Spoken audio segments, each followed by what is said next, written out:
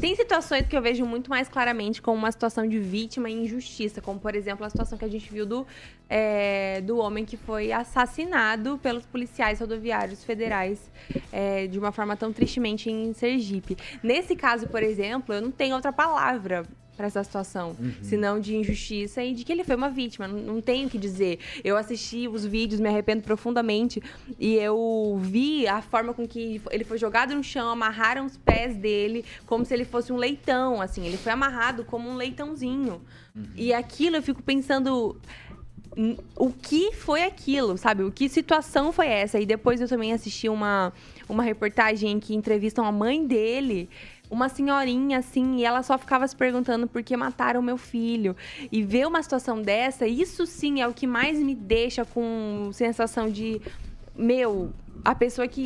As pessoas ali intituladas que poderiam estar gerando segurança, proteção para um cidadão, matam um cidadão de uma maneira tão fria e perversa e depois ainda somem. E aí eu li o boletim de ocorrência que eles mesmos fizeram e falaram que ele foi imediatamente socorrido no hospital, assim, como se os policiais tivessem sentido uma ótima posição de misericórdia, levando o coitado que estava morrendo pro hospital, como se eles mesmos não tivessem sido os culpados, os causadores da quase morte. E aí eu fico pensando, numa situação dessas, por exemplo, eu acho que não tem como a gente medir sofrimento, é impossível fazer uma coisa dessa, mas a sensação de impotência deve ser tão grande quanto a de um deslizamento de uma casa, assim, de uma criança de 7 anos que morreu. Por exemplo, um pai que consegue se salvar e ver a sua menininha morta ali no meio dos escombros. E imagina, é a mesma coisa dessa senhora que um dia acordou, deu comida, café da manhã pro filho que morava com ela, achando que estava tudo bem, e de repente ele nunca mais volta para casa porque ele foi brutalmente assassinado. Essas notícias me fazem sempre voltar pro mesmo lugar, que é, se não for Deus na nossa vida, se não é Jesus, não tem nada assim que console o coração de uma pessoa, porque não existem palavras, não existe nem justiça humana, eu acho, que possa resolver algo assim. Sem contar que, nesse caso específico, ainda tinha a questão dele ter uma demência, né? É verdade, o cara ele tomava remédio controlado. Não tinha uma condição de sã mesmo, Sim. né? Então, é muito duro. Ao mesmo tempo, a gente pega aquela outra notícia dos policiais que foram mortos, né? Também. A sociedade está perdida, o mundo jaz no maligno. Mas não é. O Brasil, a gente vive uma guerra. É difícil. Eu acho que assim, ó, eu tenho um apreço muito grande pelo policial. Eu também. Porque o policial, ele é o escudo da sociedade. Ele é o cara que está ali, que corre o risco de vida para que você tenha uma certa segurança. E lógico, a situação lá, ela é terrível. No entanto que abafaram o caso e nem defenderam, e ficou por isso mesmo. Se fosse algo questionável, teria uma defesa. Só o presidente que passou um pano, né? Vamos deixar aqui claro essa situação aí, vai beleza. Mas assim, cara, a situação do policial no Brasil, ela é deplorável. Ele não é muito treinado, ele não tem muitos equipamentos, ele muitas vezes está lidando com uma situação de alto risco. Em outros países, por exemplo, se o bandido está com uma determinada arma, ele não é enquadrado num crime civil, ele é enquadrado num crime de terrorismo. E a lógica da tratativa é de terrorismo. Então, assim, eu acho que a gente, por exemplo, no Brasil, lida com uma situação que é uma guerra dentro da cidade. Sim.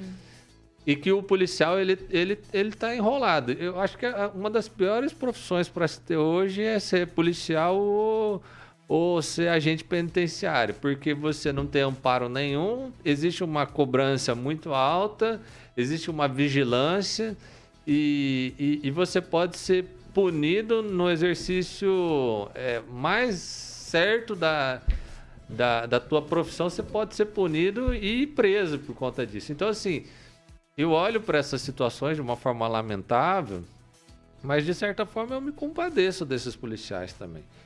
Porque eu não seria esse cara, sendo muito honesto. né? Hoje, se alguém falar assim, ô, Rodrigo, quer ser policial? Você vai ganhar 50 mil reais por mês. Não vou. Eu também não. Vai ganhar 100 mil reais por mês. Não vou. Eu não vou fazer isso, cara. Eu não tenho estômago, eu não quero pôr minha vida em risco, eu não quero enfrentar essas situações, eu não vou fazer esse tipo de coisa. Você sabe que naqueles testes de orientação vocacional deu pra mim isso aí, bombeiro, policial, não, agente. Mentira.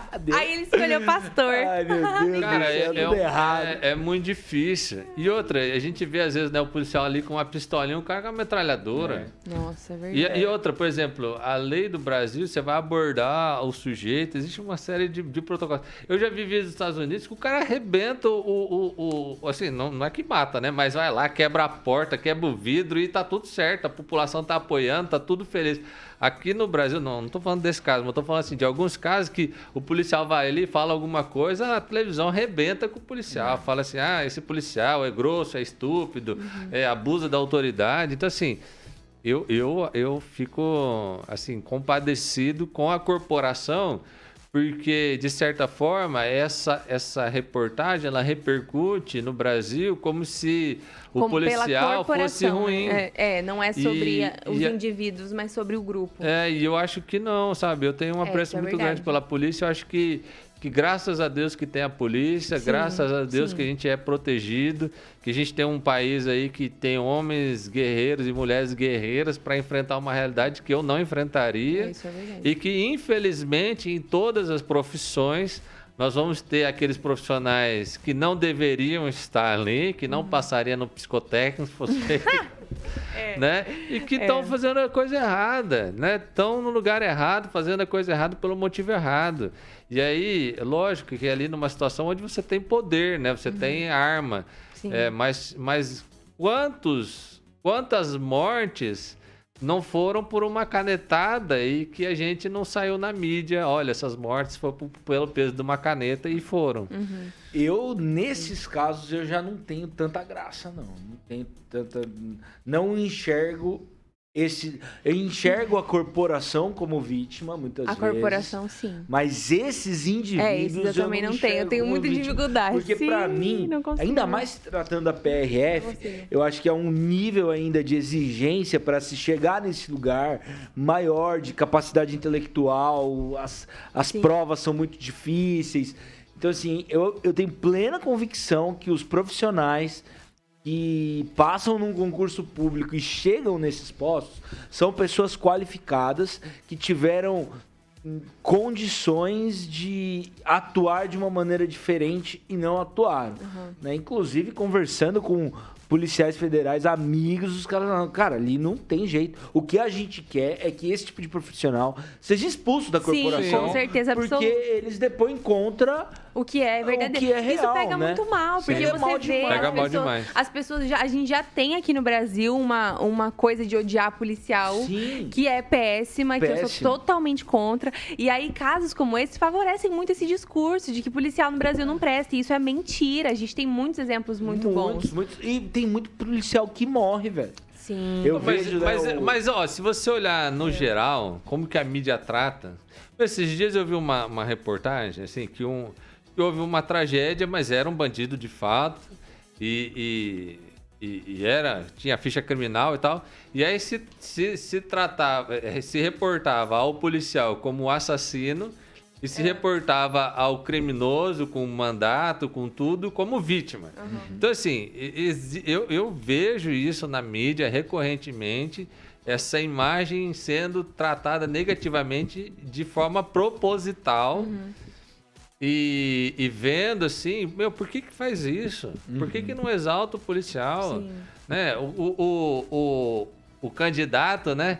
Eu lembro aí do Luciano Huck que falava assim, não, porque nós vamos desarmar, porque não sei o quê, porque não pode esse negócio de arma, não sei o quê, mas o segurança dele é armado. Então, aí, assim, existe uma hipocrisia de uma narrativa que, pra mim, é muito ruim. Sim. Então, assim, e o outro lado a gente não vê. Eu não acho que tratar desses homens que fizeram isso é tratar da polícia. é tratar de dois indivíduos ali. Criminosos. Doido, né? dois criminosos. Tratar como criminoso. Agora, jogar junto com isso o nome de pessoas que são idôneas, que né? garantem a nossa segurança, a nossa paz. Sim, sim. Eu acho que isso é desleal. Sim, e eu tenho visto isso acontecer e usar esse fato, desconsiderando um monte de outros fatos no Brasil de alta periculosidade que é tratado de forma certa. E fazer isso eu acho muito desleal. É verdade. Eu fui na rota lá em São Paulo, eu visitei o batalhão, né?